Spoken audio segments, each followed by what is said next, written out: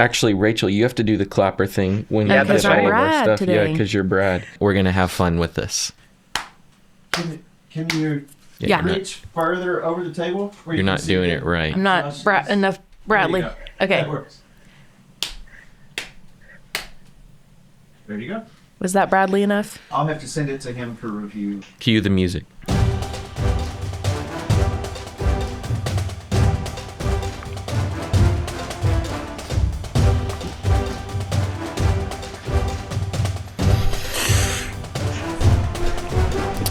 Welcome to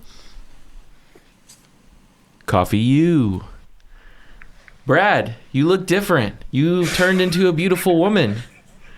And you look like a younger Nathan. Welcome to a very special tea episode, a very, very, very special tea episode of CoffeeU, hosted by myself, Joshua Parvin, and my lovely wife, Rachel Parvin. Don't get used to this, viewers. You're going to get spoiled today. But we are the global CoffeeU. I think that's what we've decided on, right, guys? So this is a special global episode of CoffeeU where we are interviewing two of our Baba Java International folks. No. Oh. Special tea guests. First up, from parts unknown, Oh my gosh. Fujairah, United Arab Emirates, Halez Paul. Hey! Hi, Hi, everybody. Welcome, Halez. Halez is very Thanks, special. Josh. He's probably one of our newest employees, but he's definitely one of the most knowledgeable. He's been on a little over 6 months now, but he makes my life a whole lot easier. You guys have heard about him before.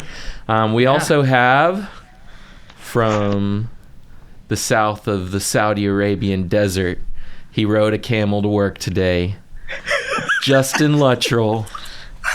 Which, fun fact, we have been pronouncing his last name wrong for years of knowing him. Never said anything. We've said Luttrell. Or wait, no. Luttrell. We've said Luttrell. It's Luttrell, everyone. Let the record show. Is that correct? Justin or are we won't still tell you. pronouncing it wrong? Yeah. It's okay. I found out way late in life that I was pronouncing my own name wrong. So, Nice. there was a split in the okay. family a long time ago, and some of them went with Littrell to the point that they changed the spelling of the name. So they must have been pretty angry. They like the I, not the but U. the original is Luttrell, apparently. So if you've heard of Brian Littrell from the Backstreet Boys, it's possibly related. Hey, that's where the musical talent comes in. You guys are just cut of the same cloth, it sounds like. You want to go ahead and sing us a Luttrell, or I guess Littrell original then right now on the podcast? No, let's stick to coffee. Sounds good. Yes, so we have two specialty guests today. Both are calling in from the Gulf, the Middle East. We wanted to get them on because they're really special to our business overseas and they make everything run really smoothly.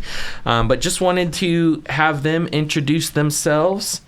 And then just a little bit about them, talking about what coffee in their respective cities looks like for them. So let's start with Justin. So please introduce yourself briefly and just a little bit about how did you get into specialty coffee? We have been in the Gulf about 5 years, and I got into specialty coffee a couple years before the Gulf because my wife was a daily French press mesh filtered dark roast coffee drinker, of which I was not interested. And so one day it's like, we have to solve this. And so I asked a friend who was a roaster and roasted light to medium roast, specialty coffee. I didn't know any of those terms at the time. But I said, you got to help me and my then girlfriend figure out if I could ever drink coffee with her that we would both like. And he's like, I got you. And so I went downtown in Lexington, Kentucky, to Daily Offerings, for any of you that know the area from that time. 7-8 years ago, and he did 4 pour overs, and I think I liked Nice. all of them. And I was like, "What's different?" And he's like, "It's Good coffee. different coffee." He was being very nice. Yeah, he was, but it was all, pour overs of light to medium roast specialty coffee instead of the typical, coffee that Yeah. people grew up smelling their dad's drink, right? Nice. Well, that's great. How did you get to the Gulf? I don't know if you want to share a little bit about that.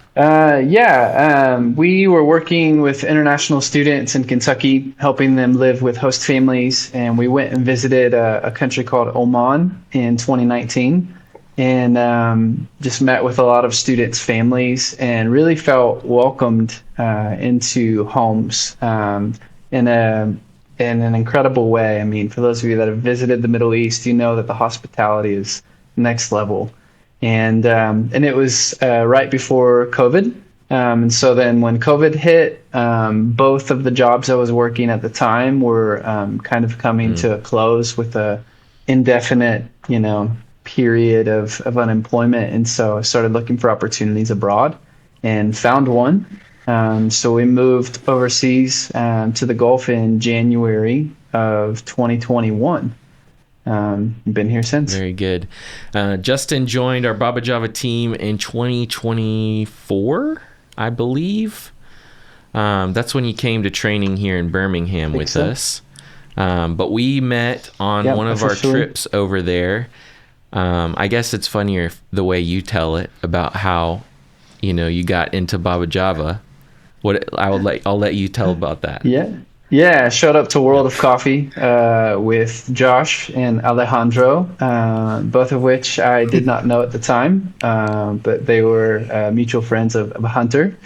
And so it was the first World of Coffee, I think, that you guys went to, or maybe the second, but it was the backpack carrying samples World of Coffee days. And so I just tagged along and was like, well, I speak a little Arabic. I know a little of the culture. I'm just going to act like I'm part of the team. So I think after that is when I got the t-shirt. But got to walk around and would bump into people and greet them in local Arabic dialect. And they're just, kind of give you a triple look. And, hey, want some samples? Talk to my friend Josh. And so after that, Josh and Alejandro were like, dude, we need you. Come work with us. And at the time, we were exploring ways to maybe move to Saudi, and particularly in the South. And so it was just a great match and partnership, to be able to represent Baba Java in Western Saudi. And now Justin is our, let me see if I can get your long title correct, our Regional Director of Client Services for Saudi Arabia West. That's right. And a little overlap with East. Overlap with East. He joins us when we go to Riyadh, and sometimes we had some trips planned to Qatar and Bahrain and stuff. And so hopefully later this year we'll get to rejoin and do some of those at some point. But yeah, so that's Justin. Yep. So Halez, let's introduce you. Tell us just a little bit about yourself and how you got into specialty coffee. All right. Awesome. Justin, by the way, I can relate to your pain of people mispronouncing your name. Dude, my name is really difficult. People mispronounce it all the time. So I understand the pain. But hey, everyone who's listening, my name is Halez. I grew up in this coastal area, or what we call an emirate, or what you guys call a state, called Fujairah. Spent about 18 years, went back to India to do my undergrad, came back, got into the insurance field, sold for 5.5 years car insurance, and then I meet Josh, one of my good friends. I meet Josh. Josh asked me, hey, do you want to join? And then I tell Josh, I don't know much about coffee. Josh's like, you're the perfect candidate. Just come. Just join. I'll teach you. And I was like, man, that's an amazing person that you want to be working with, someone that is willing to teach you. So I didn't know much about coffee to begin with. The most that I knew about anything about coffee was the kind of coffee that the machine gives you, where you put like 5 dirhams in, and the machine just brews you a coffee. And it's not the best tasting, but then it'll keep you through the day. So right. that's my introduction to coffee. And then Josh tells me, hey, you can cup coffee, which I didn't understand what that even meant. And Josh, showed that to me. And it honestly, it just goes to show how big that whole space of specialty coffee is. And my mind is every day it's blown by just how much information there is about this niche called specialty coffee. It is definitely special. I can tell you that. Yeah. Okay, so this will be a question for both of you guys. So what is unique about the specialty coffee industry in the Middle East? What have you noticed?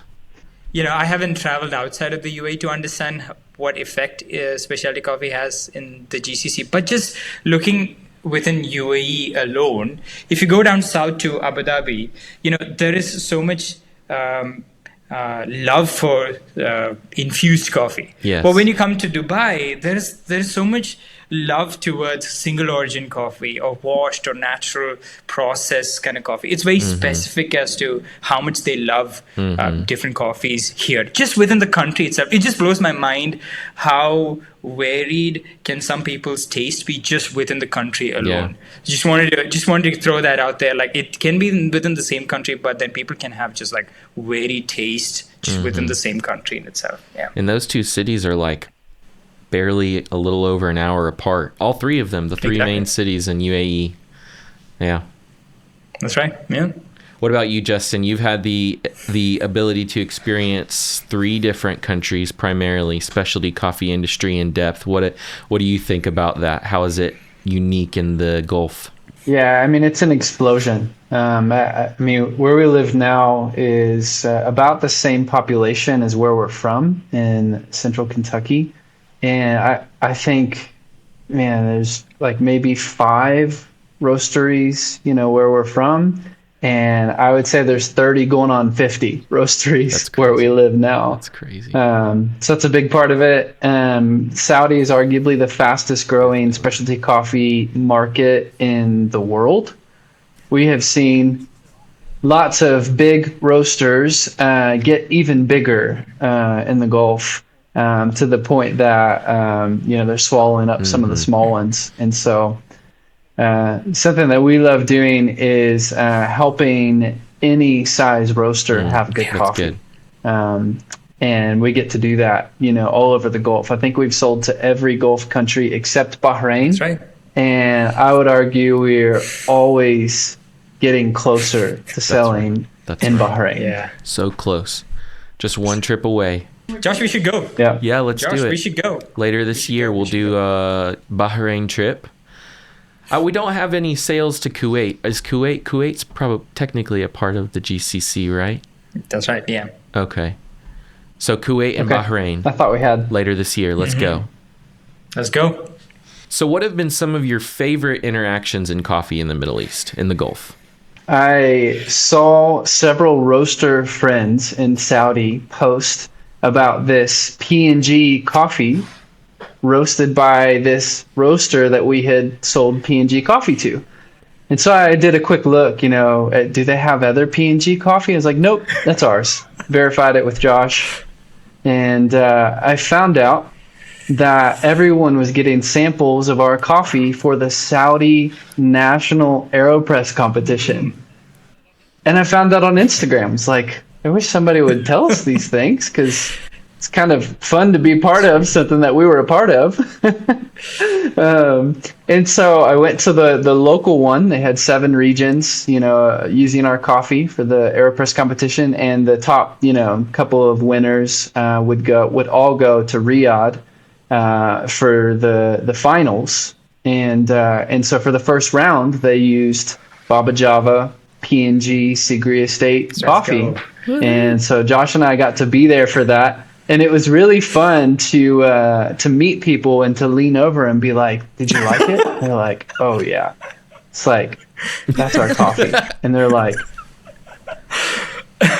what? And I was like, well, I mean, we didn't roast it, but we sold it to the roaster. So it's our coffee, and then now it's theirs, I guess. And I think just to see the different, chains or links in the chain, so to speak, and to get to be a part of the national competition, partly without knowing it. Yeah, that was great too, because we were like the only green distributors there. But when Justin told me about that, I was like, okay, let's pull together a last minute trip. And we just hopped on a plane and went to Riyadh for the finals. Yeah. It's also probably a little funny to see these two American guys just sitting in a sea of a bunch of other random folk in Riyadh. And we are the only like producer. We're not producers, but we represent the producers there. So it's just a very unique interaction we had. But it was a lot of fun. Yeah, so giving all the taste with none of the credit. That's right. There you go. All the taste, none of the credit. Bob Java. No, let's not make that our new.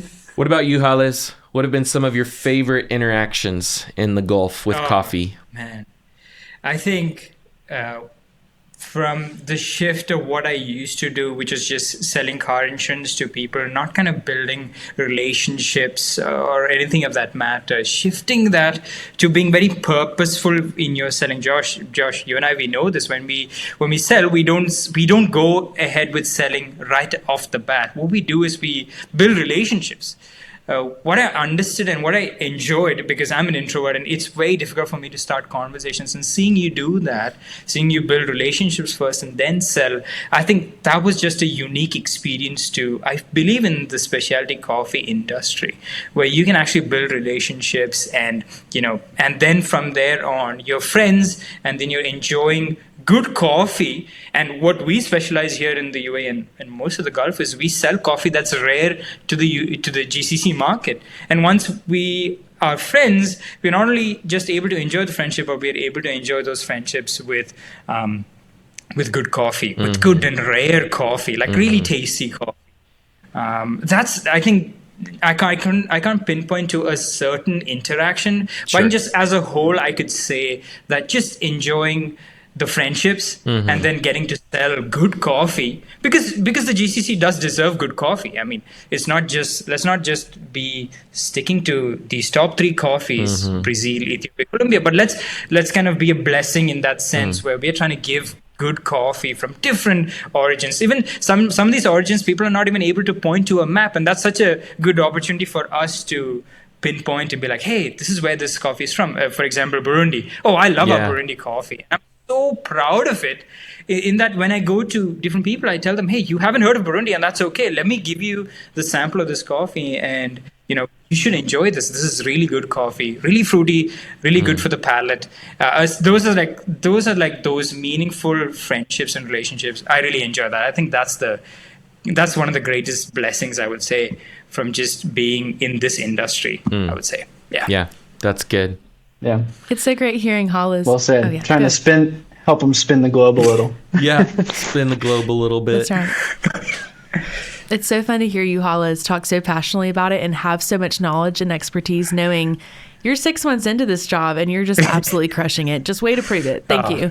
Thanks, Rachel. Thank you. That's definitely been the the Halez experience for me as well. The Halez Paul experience is, normally it takes a while to understand coffee, but hopefully, I think soon he's gonna be ready for this Q course.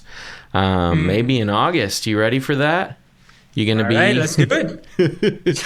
Yeah, he's just absolutely exponentially increased his knowledge and his understanding, and as you guys can tell, it's because of his passion and the belief in what he's doing.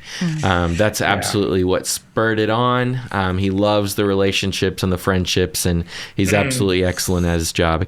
I can't sing enough praises of him.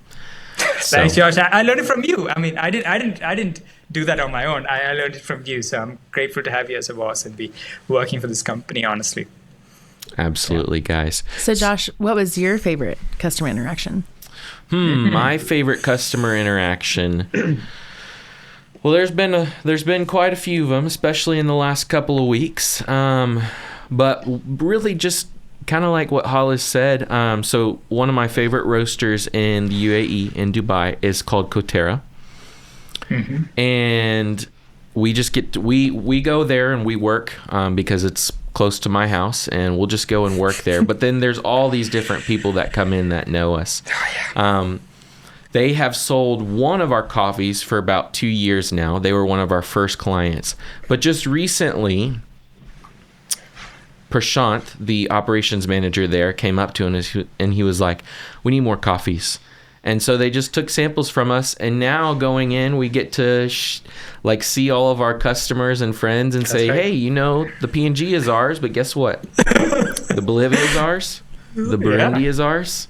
That's right. So that's just been fun. Probably just because there's regular customers we see there regularly. We see there pretty often, and going into Coterra, already having those really good friendships. Like two of the guys, when I saw them a few weeks ago, I just got to bear hug them and say, hey, how are you? It's really good to see you. And it was really nice. Just brothers and friends, and it was really fun. But then also just the excitement of getting to show off our diversity and wide range of coffee, and one of our favorite roasters is probably my favorite. That is right. Yeah, I would say I have a similar experience going to Coterra. Even in marketing, I don't often get to have a lot of customer interaction, but they all know who I am. They all know who our son is. And so we go there and they just give us all the hospitality that you would from a friend. And I really appreciate that. And they know your regular drink too. They do. Yes. They've already got my order. That's right. What's something that you guys have adopted from Middle Eastern culture that you will never give up? Yeah, I was thinking, and what comes to mind is the warmth of the people around, just like how Josh was talking about walking into Coterra and just bear hugging people. The warmth of the friendship that we build, because the community is so small, and the friendships that are made are so tight, and so I think getting over my fear of walking up to strangers and saying hi. I think I've learned that so much from Emirati culture. I think recently when we went to Alain, Josh, I remember this. I was talking to the barista and Josh just walks up and talks to a local there. And he was someone that we've never seen in our life. And, it's something that I've been able to adopt that as well. Just go give a firm handshake and ask, hey, how are you doing? And just getting to know them personally.